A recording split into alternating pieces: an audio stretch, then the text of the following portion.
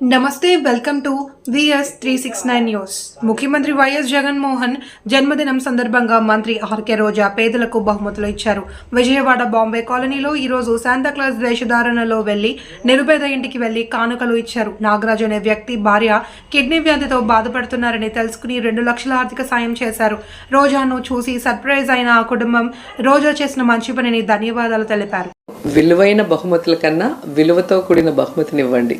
అదే జగనన్నకి శ్రీరామ రక్ష. Happy birthday Jagananna.